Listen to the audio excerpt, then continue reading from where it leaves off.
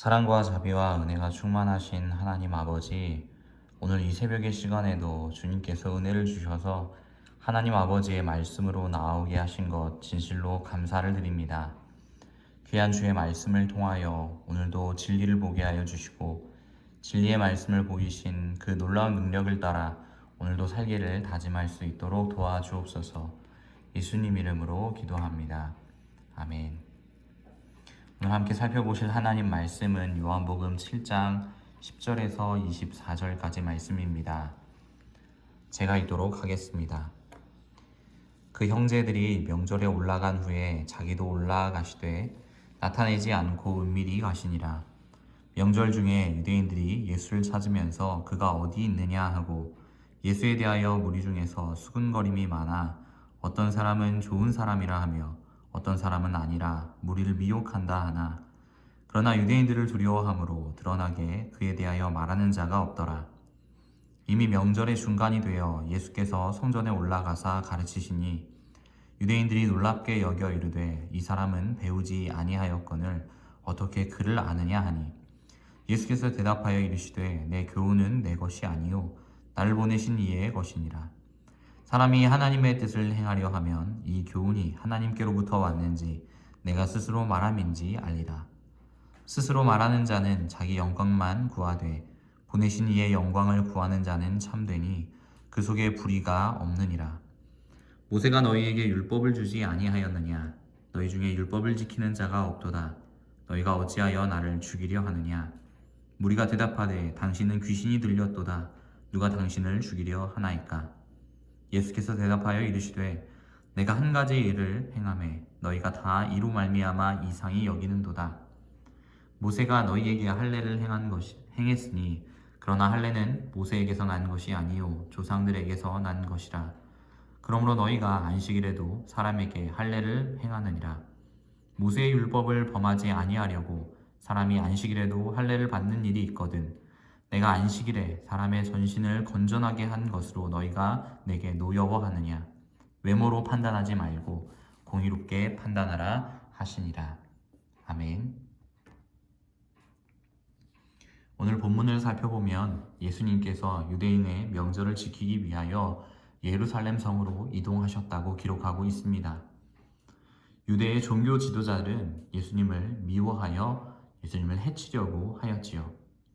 이런 위험 속에서 예수님께서 예루살렘으로 이동하신다라고 하는 것은 너무도 위험한 일이었습니다.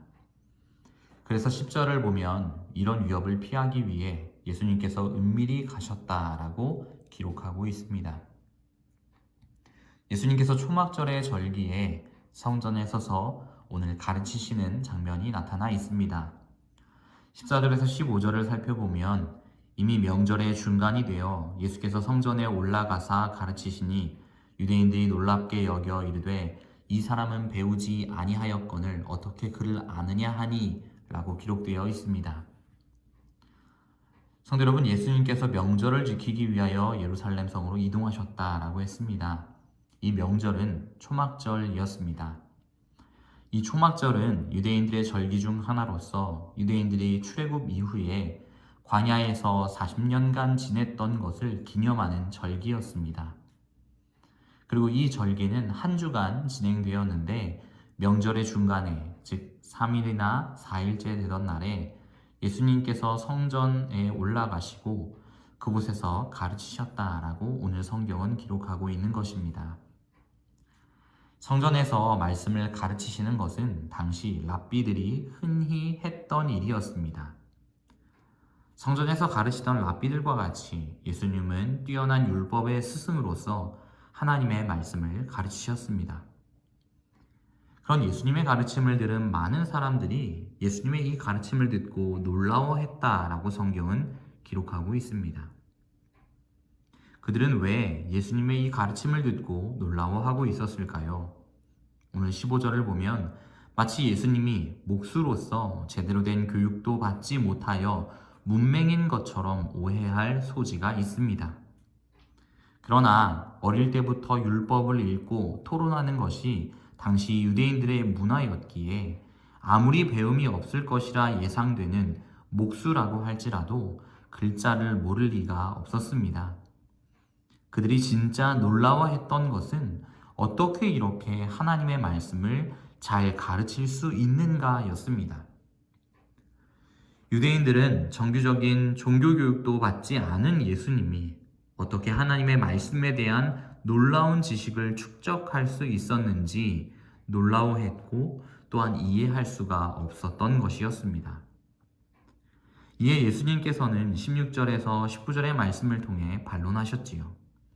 예수께서 대답하여 이르시되 내 교훈은 내 것이 아니요 나를 보내신 이의 것이니라. 사람이 하나님의 뜻을 행하려 하면 이 교훈이 하나님께로부터 왔는지 내가 스스로 말함인지 알리라. 스스로 말하는 자는 자기 영광만 구하되 보내신 이의 영광을 구하는 자는 참되니 그 속에 불의가 없느니라. 모세가 너희에게 율법을 주지 아니하였느냐? 너희 중에 율법을 지키는 자가 없도다. 너희가 어찌하여 나를 죽이려 하느냐? 예수님의 말씀과 가르침이 당시 랍비들과 질적으로 달랐던 것은 그 출처가 하나님 아버지였기 때문이었습니다. 당시 랍비들은 스승의 권위에 기대어 그것을 가르쳤지만 오늘 예수님은 하나님께로부터 온 그것, 즉 예수님의 권위가 하나님께로부터 온 것이었기에 놀라운 가르침일 수가 있었던 것입니다. 그렇기에 하나님의 뜻을 행하기로 작정한 사람들은 하나님의 인도를 따라 예수님의 말씀을 진리로 확신하게 된다라고 예수님이 힘주어서 자신 있게 말씀하셨던 것이지요. 예수님의 가르침이 하나님께로부터 왔는지 스스로 말을 지어내고 있는지 너희가 판단해 보아라 라고 예수님께서 말씀하셨던 것입니다. 또한 예수님은 가르치는 자들이 율법을 행하지 않는 부분을 지적하셨습니다. 살인하지 말라고 했던 율법의 계명을 어겨가며 예수님을 핍박하고 반대하고 심지어 예수님을 죽이려 하는 그들을 책망하였던 것이었습니다. 그러자 유대인들은 예수님을 귀신 들린 사람으로 취급해 버렸습니다. 20절에 무리가 대답하되 당신은 귀신이 들렸도다. 누가 당신을 죽이려 하나이까? 자신들을 지도하고 있는 종교 지도자들이 예수님을 죽이려 한다는 사실을 무리는 알지 못했고 예수님의 이런 말들을 오히려 허무맹랑한 것으로 여겼던 것이지요. 유대인들의 인식 속에 종교 지도자들은 어디까지나 하나님의 공식 대리인들이며 전능하신 하나님의 집을 맡은 관리였기에 그들을 거룩하게 여겨왔습니다. 그리고 자신들과는 달리 죄와 전혀 상관이 없는 자들로 생각해 왔던 것이지요. 그래서 예수님을 죽이려 한다라고 했던 이 예수님의 말을 정신을 잃고 미쳐버린 사람, 즉 모함하는 사람으로 여기고 소리를 지르며 당신을 누가 죽이려고 합니까? 라고 반문하였던 것입니다. 예수님은 이런 무리의 모욕을 무시하신 채 이제 종교 지도자들이 예수님을 죽이려 하였던 이유를 통렬하게 비판하셨습니다. 21절에서 23절의 말씀에 아주 자세하게 기록되어 있지요. 이를 요약해보자면 이러합니다. 안식일에 아무 일도 하지 말아야 할 것이 모세의 율법입니다. 그러나 유대인이라면 난지 8일 만에 할례를 반드시 행해야 했습니다. 아이가 태어난 지 8일이 된 날이 만약 안식일이었다면 유대인들은 안식일의 규례를 지키지 않고 할례를 행하였던 그것을 가지고 예수님께서 비판하신 것이었습니다. 안식일에 할례를 행한 것과 즉 그 할례를 통하여 몸의 일부를 거룩하게 한 것과 이전에 예수님께서 안식일에 병자를 고치심으로 몸의 전신을 거룩하게 하셨던 것, 그것이 다를 바가 무엇이냐라고 반문하고 계신 것이었습니다. 이렇게 말씀하시면서 24절의 말씀을 통해 바르게 판단하라라고 가르치셨습니다. 24절의 말씀에 외모로 판단하지 말고 공의롭게 판단하라 하시니라고 하셨지요. 즉 예수님께서 말씀하신 이 외모는 생김새를 말하는 것이 아닙니다.